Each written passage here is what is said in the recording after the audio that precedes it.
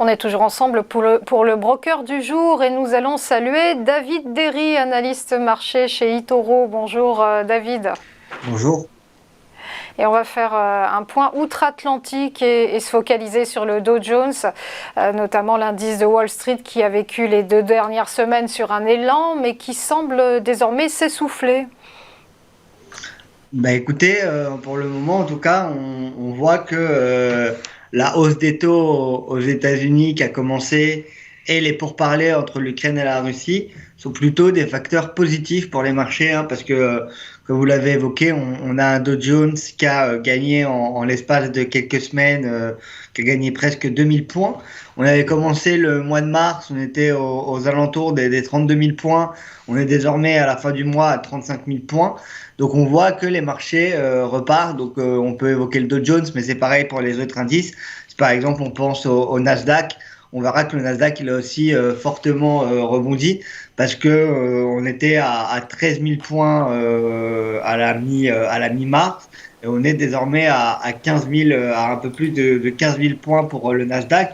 Et pareil pour le S&P, hein. Alors bien évidemment à proportion égale par rapport au Nasdaq, mais on voit que le S&P il est passé de justement 4130 points à un peu plus de 4500 points. On se rapproche petit à petit des 4000, des 4600 points. Et il y a eu plusieurs nouvelles qui ont justement impacté les marchés, surtout des nouvelles macroéconomiques. Les deux principales raisons qui font que les marchés repartent à la hausse, c'est à la fois le fait que la Fed ait commencé à augmenter ses taux, hein, comme je le disais, et puis les pourparlers entre la Russie et l'Ukraine, où on espère enfin trouver une sortie du conflit. Donc ces deux raisons macroéconomiques qui ont poussé les indices américains à rebondir en ce début de semaine et depuis maintenant la semaine dernière. Voilà, pour ce rebond des marchés, on poursuit avec Tesla qui prévoit de faire encore un nouveau split d'actions et on le voit bien, la tech repart elle aussi.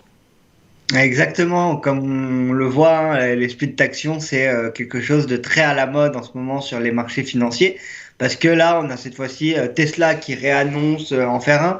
Il me semble que ça fait à peu près 2 ans leur dernier stock split. D'ailleurs, ce qui est assez hilarant de voir, c'est qu'à chaque fois qu'ils dépassent les 1000 $, Elon Musk pense à refaire un stock split. Donc cette fois-ci, on devrait. Donc c'est quoi déjà un stock split? C'est quand on divise par exemple le prix d'une action par 6 et en échange, on multiplie le nombre d'actions détenues aux actionnaires par 6.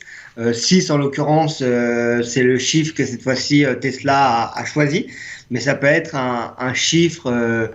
Enfin, c'est vraiment l'entreprise qui choisit ce chiffre-là. Par exemple, on avait Google qui, eux, pensaient à le faire aux alentours de 20 et qui, d'ailleurs, l'a confirmé lors de ses derniers résultats qu'il devrait le faire. Et Amazon aussi qui devrait en faire un prochainement. Donc, on voit que c'est quelque chose que les grosses boîtes utilisent. Et là, on voit que cette nouvelle a profité à Tesla, hein.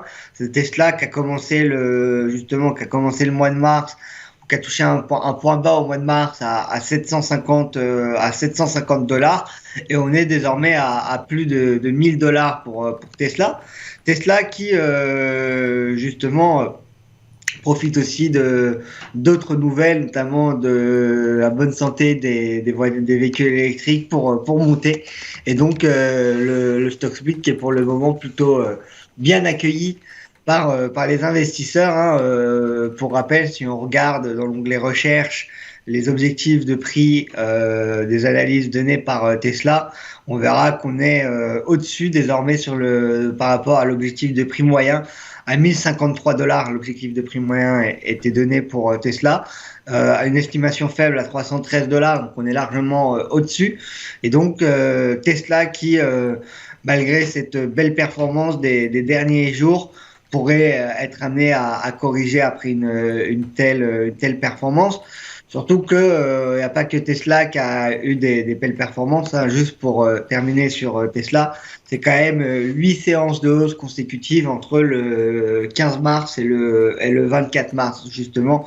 Donc voilà, on voit l'action repartir. J'invite quand même les investisseurs qui nous écoutent sur Tesla à rester prudent, hein.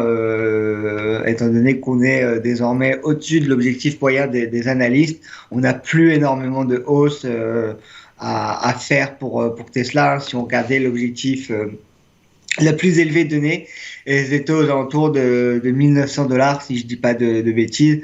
Là, on le voit à l'écran, 1580 $ même. Donc, on voit qu'il n'y a plus grand-chose à gagner pour Tesla, mais en tout cas, l'action qui reste assez intéressante de suivre, surtout si il risque de faire encore un stock split.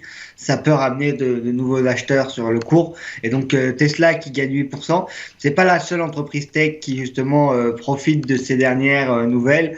On peut penser aussi à Microsoft qui hier a réalisé une très belle performance.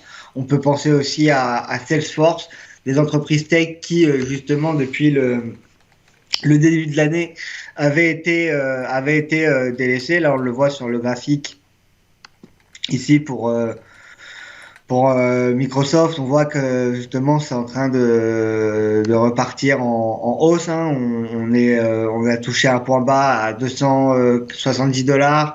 Et puis là, on est en train de repartir. On est à 310 $ désormais. Et puis d'autres entreprises comme par exemple Salesforce, qui est aussi un des exemples qu'on pourrait citer dans les entreprises qui repart. Mais à remettre en perspective, hein, les entreprises tech ont quand même fortement chuté depuis le début de l'année.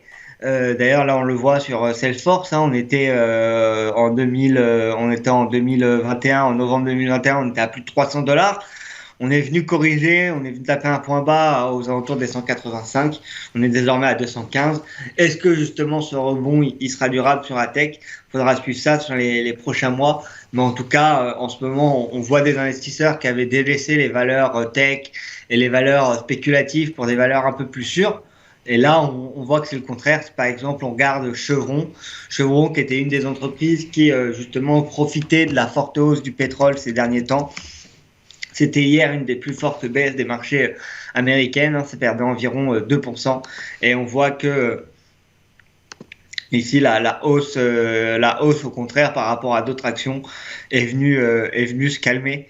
Donc, ce sera à suivre d'ici les prochains jours. Mais en tout cas, on voit que en ce moment, les nouvelles vis-à-vis de la Fed et les nouvelles vis-à-vis du conflit entre la Russie et l'Ukraine sont plutôt positives. Donc les investisseurs reviennent et se réinvestissent petit à petit sur les marchés. Et on voit des marchés repartir à la hausse, notamment les valeurs tech et les valeurs qui avaient été un peu plus délaissées depuis ce début d'année.